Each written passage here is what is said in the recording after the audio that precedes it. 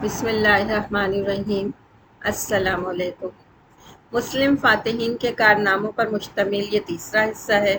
اس سے پہلے میں مسلم فاتحین کے کارناموں پر 2 حصے پیش کر چکی ہوں، مجھے امید ہے کہ وہ آپ نے سنا ہوگا۔ اس حصے کو بھی لائک اور کمنٹ ضرور کیجیے گا۔ تو آئیے اپنے سلسلے کا آغاز کرتے ہیں۔ یہ اس زمانے کی بات ہے جب خلیفہ بن عبد المالک کی جانب سے شہر قیروان میں موسیٰ بن نصیر خلیفہ کی مقبوضات غربی کا وائسرائے تھا۔ اس زمانے میں اسپین کا ایک شخص کونٹ جولین چند عیسائی سرداروں کو ہمراہ لے کر قیروان پہنچا اور موسیٰ بن نصیر کی خدمت میں اپنے آنے کی اطلاع پہنچائی۔ موسیٰ بن نصیر اس عیسائی سے بڑی عزت کے ساتھ ملا۔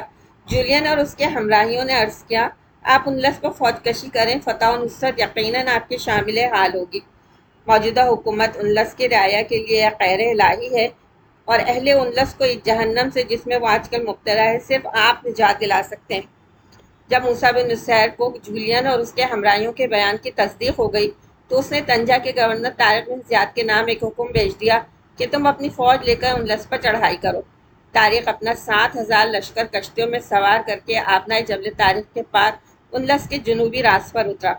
طارق اپنی 7,000 فوج کو 4 کشتیوں میں سوار کر کے لے کر گیا۔ اس سے اس زمانے کی جہازوں کا اندازہ لگایا جا سکتا ہے کہ وہ کتنے بڑے تھے۔ تاریخ کی فوج میں زیادہ تر بربری نو مسلم اور کمتر عربی لوگ تھے۔ مغیث رومی نامی ایک مشہور فوجی افسر بھی اس فوج میں شامل تھے جو طارق بن زیاد کے ماتحت اور ان کے نائب سمجھے جاتے تھے۔ طارق ابھی آبنائے وسط میں تھے اور ساحل انلس پر پہنچنا ہی چاہتے تھے کہ ان پر غنودگی طاری ہو گئی اور انہوں نے خواب میں دیکھا کہ آپ صلی اللہ علیہ وآلہ وسلم اس سے فرماتے ہیں کہ تمہارے ہاتھ پر انلس فتح ہوگا۔ اس کے فوراً بعد طارق بن زیاد کی آنکھ کھل گئی اور اس کو اپنی فتح کا کامل یقین ہو گیا۔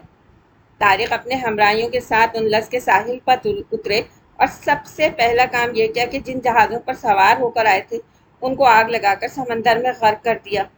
طارق کو اپنے خواب پر ایسا کامل یقین تھا کہ اس نے جہازوں کو غرق کر کے اپنے ہمراہیوں کو بتا دیا کہ واپس جانے کا کوئی راستہ نہیں ہے، ہمارے پیچھے سمندر ہے اور آگے دشمن کا ملک ہے، بجز اس کے اور کوئی صورت نجات کی باقی نہیں ہے کہ ہم دشمن کے ملک پر قبضہ کرتے اور ان کی فوجوں کو پیچھے دھکیلتے چلے جائیں۔ طارق بن زیاد جس مقام پر اترے تھے اس کو آج کل جبل طارق کہا جاتا ہے یا جبرالٹر بھی کہا جاتا ہے۔ 19 جولائی کو طارق بن زیاد اور ہسپانی بادشاہ روڈرک کے درمیان زبردست مقابلہ ہوا۔ مارکے کے پہلے ہی دن روڈرک کو بدترین شکست ہوئی اور روڈرک اس جنگ میں مارا گیا۔ طارق بن زیاد شمال میں پیش قدمی جاری رکھی اور استورگا پہنچ گئے اور 1 سال تک ہسپانیہ کے گورنر رہے۔ پہلی صدی ہجری یا 8ویں صدی عیسوی کا سندھ ایک وسیع خود مختار ملک تھا۔ بلوچستان، مکران اور ملتان اس میں شامل تھے۔ یہاں کے حکمران راجہ طاہر کے دور میں سندھ کی بڑی بندرگاہ دیبل بحری قزاقوں کا مرکز بن گئی تھی جس سے بحری راستے بہت خطرناک ہو گئے تھے۔ ان بحری قزاقوں کو راجہ طاہر کی سرپرستی حاصل تھی۔ ہندوستان اور عرب کے درمیان قدیم زمانے سے تجارتی تعلقات رہے تھے اور یہ تعلقات رسول اللہ صلی اللہ علیہ وآلہ وسلم کی بعثت سے قبل بھی قائم تھے۔ اس زمانے میں عرب تاجر ہندوستان سے گزر کر سری لنکا جایا کرتے تھے۔ ان تاجروں سے متاثر ہو کر بعض ہندو راجاؤں نے اسلام قبول کر لیا تھا اور بہت سے لوگ دار اسلام میں داخل ہو گئے۔ 8ویں صدی عیسوی کی بات ہے جبکہ خلیفہ بن عبد المالک کا دور تھا۔ اس زمانے میں کچھ مسلمان تاجر سری لنکا گئے اور وہاں فوت ہو گئے۔ ان کے یتیم بچوں اور بیواؤں کو سراندیپ کے راجا نے بحری جہازوں میں مسلمان خلیفہ ولید بن مالک کی جانب روانہ کیا اور ساتھ ہی قیمتی تحائف بھی بھیجے۔ جب یہ جہاز دیبل کی بندرگاہ کے قریب پہنچا تو ان کشتیوں پر قزاقوں نے چھاپا مارا اور مال و اسباب کو لوٹ لیا اور مسافروں کو قید کر لیا۔ ان دنوں حجاج بن یوسف عراق کے گورنر تھے۔ ان تک جب یہ اطلاع پہنچی تو پہلے انہوں نے اسلامی روایت کے مطابق راجہ طاہر کو خط لکھا کہ عورتوں اور بچوں کو رہا کر دیا جائے اور لوٹا ہوا مال واپس کر دیا جائے، مگر جب قیدیوں کو رہا نہیں کیا گیا تو حجاج بن یوسف نے فوراً لشکر کشی کا ارادہ کر لیا۔ پہلے ایک مختصر فوج ایک عرب سردار عبید اللہ کی قیادت میں بھیجی مگر مہم کامیاب نہ ہو سکی۔ بعد میں انہوں نے اپنے بھتیجے اور داماد عماد الدین سبقی کو لشکر کی قیادت سونپی۔ یہ 711 کی بات ہے جب عماد الدین جو کہ محمد بن قاسم کے نام سے جانے جاتے ہیں سندھ پر حملہ آور ہوئے۔ اس وقت ان کی عمر 17 سال تھی۔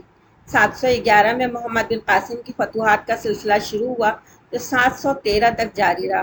انہوں نے سندھ کے اہم علاقے فتح کیے اور ملتان کو فتح کر کے سندھ کی فتح کو پائے تکمیل تک پہنچایا۔ محمد بن قاسم نہ صرف ایک عظیم فاتح تھے بلکہ ایک کامیاب منتظم بھی تھے، جنہوں نے نہ صرف 4 سال سندھ کی سلطنت کا اعلیٰ انتظام کیا بلکہ ایسے نظام حکومت کی بنیاد ڈالی جس نے انصاف کے تمام تقاضوں کو پورا کیا۔ سلطان صلاح الدین تاریخ کے مشہور ترین فاتحین اور حکمرانوں میں سے ہیں۔ بیت المقدس کی فتح ان کی سب سے بڑی خواہش تھی۔ ان کو فاتح بیت المقدس بھی کہا جاتا ہے۔ انہوں نے 1187 میں یورپ کی متحدہ فوج کو عبرت ناک شکست دے کر بیت المقدس ان سے آزاد کرایا تھا۔ نور الدین زنگی نے مصر فتح کرنے کے بعد سلطان صلاح الدین ایوبی کو مصر کا حاکم مقرر کیا تھا۔ سلطان کی فوج 20 ستمبر 1187 کو بیت المقدس پہنچ گئی۔ سلطان بغیر خون خرابے کے شہر فتح کرنا چاہتے تھے، لیکن عیسائی لڑے بغیر شہر چھوڑنے پر تیار نہیں تھے۔ مذاکرات میں ناکامی کے بعد سلطان نے شہر کا محاصرہ کر لیا۔ سلطان کا حطین کے میدان میں صلیبیوں سے سخت معرکہ ہوا اور عیسائیوں کو شکست ہوئی۔ حطین کی فتح کے بعد سلطان نے بیت المقدس کا رخ کیا اور ایک ہفتے کی خون ریز لڑائی کے بعد صلیبیوں نے ہتھیار ڈال دیے۔ بیت المقدس میں مسلمانوں کا قبضہ ہو گیا اور یہ شہر پورے 88 سالوں بعد مسلمانوں کے قبضے میں آ گیا اور تمام فلسطین سے عیسائی حکومت کا خاتمہ ہو گیا۔ جب بیت المقدس فتح ہوا تو عیسائیوں کی سفاکی کو 90 برس گزر چکے تھے۔ فلسطین کی فتح سلطان صلاح الدین ایوبی کا ایک عظیم کارنامہ ہے۔